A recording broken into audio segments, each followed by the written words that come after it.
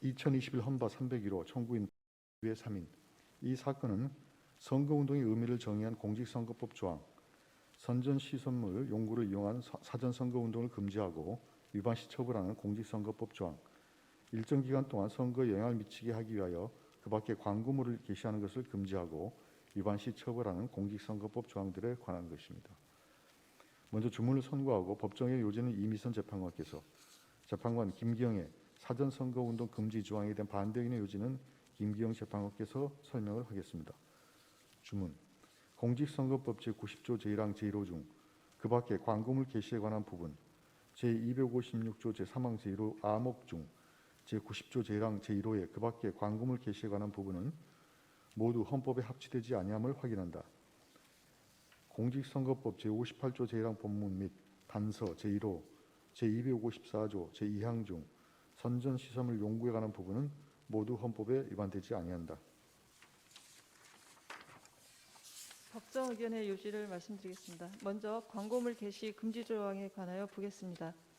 헌법재판소는 2022년 7월 21일 선고한 2017 헌가 1등 결정, 2017 헌바 100등 결정, 2018 헌바 357등 결정에서 공직선거법 90조 1항 1호 중 그 밖의 광고물 설치, 진열, 게시에 관한 부분, 현수막의 설치, 게시에 관한 부분, 같은 항 제2호 중 그 밖의 표시물 착용에 관한 부분 및 공직선거법 제256조 제3항 제1호 암호 중 제90조 제1항 제1호의 그 밖의 광고물 설치, 진열, 게시, 현수막의 설치, 게시, 같은 항 제2호의 그 밖의 표시물 착용에 관한 부분은 헌법에 합치되지 아니한다. 위 법률 조항들은 2023년 7월 31일을 시한으로 입법자가 개정할 때까지 계속 적용된다라는 결정을 선고하였습니다. 헌법 불합치 결정이 선고된 조항에는 이 사건 광고물 게시 금지 조항이 포함되어 있습니다. 이와 같이 광고물 게시 금지 조항을 포함하고 있는 조항들에 대하여 헌법재판소가 이미 헌법 불합치 결정을 선고하였으므로 같은 취지로 이 사건 광고물 게시 금지 조항은 헌법에 합치하지 아니함을 확인합니다. 다음으로 선거운동 정의 조항에 관하여 보겠습니다.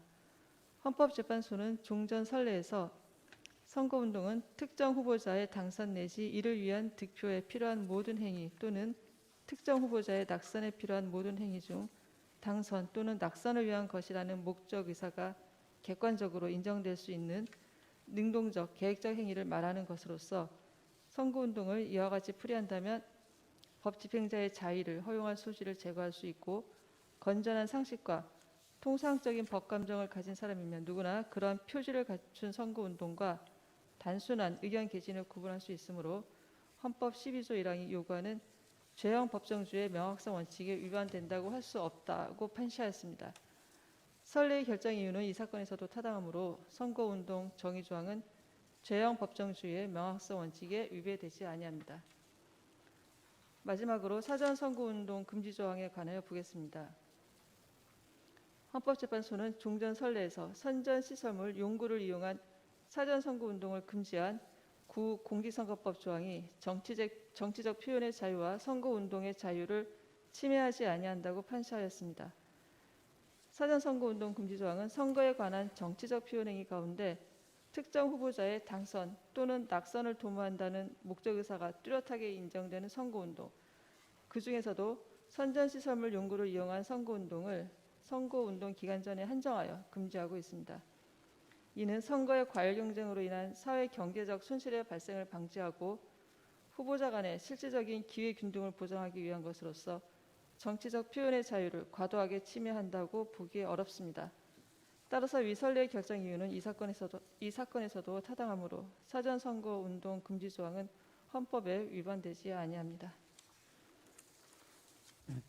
재판관 김기영의 사전선거운동 금지 조항에 대한 반대 의견의 요지를 말씀드리겠습니다. 사전선거운동 금지 조항은 정치적 표현의 자유를 침해한다고 생각하므로 다음과 같이 그 이유를 밝힙니다. 사전선거운동 금지 조항은 매체의 종류, 규격, 이용 방법, 비용, 수량 등과 상관없이 선전시설물 용구를 이용한 사전선거운동을 금지하고 있습니다.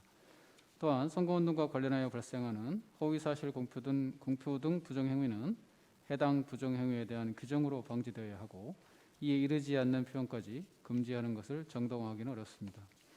표현의 자유 행사 과정에서 나타나는 문제점은 원칙적으로 정보에 대한 자유로운 비판과 의견 교환이 이루어져 규정되도록 하는 것이 헌법이 표현의 자유를 보장하는 취지에 보다 부합하는 것입니다. 사전선거운동 금지 조항은 선거에서 경쟁하는 후보자와 그 관련자뿐만 아니라 일반 유권자의 정치적 표현도 광범위하게 금지하고 있습니다. 대표를 뽑을 때 인성이나 자질과 같은 요소 외에도 후보자의 특정 정책에 대한 입장을 공유하여 유권자가 선거 결과에 반영하고자 하는 것은 대의제 민주주의에 있어서 전형적이고 바람직한 모습입니다. 그럼에도 사전선거운동 금지 조항으로 인하여 정책을 찬성하거나 반대하는 후보자 등에 대해서 선전시설물 용구를 이용한 공론화를 하기가 어렵습니다. 한편 인터넷 등을 이용한 사전선거운동은 가능하지만 인터넷 등을 이용하지 못하는 사람은 선전시설물 용구를 이용한 사전선거운동이 금지됨으로 인하여 선거운동 기간 전에 정치적 공론장에서 소외될 우려도 있습니다. 사전선거운동 금지 조항이 도입된 때에 비하여 성장한 우리 경제의 규모를 감안할 때 선거와 관련한 사회경제적 비용은 상당 부분 감당할 수 있게 되었습니다. 선거운동 기간 중에만 후보자가 겨루도록 하는 것이 공평한 기회를 부여하는 측면이 있지만 당내 경선 등의 과정에서 자연스러운 홍보 효과를 누리는 정당 소속 후보들에 비하여 무소속 후보나 신인 정치인은 의 조항으로 인하여 더 큰 부담을 받을 수도 있습니다. 이와 같이 사전선거운동 금지 조항으로 인하여 달성되는 공익에 비하여 정치적 표현의 자유에 대한 제약이 매우 크므로 사전선거운동 금지 조항은 정치적 표현의 자유를 침해합니다.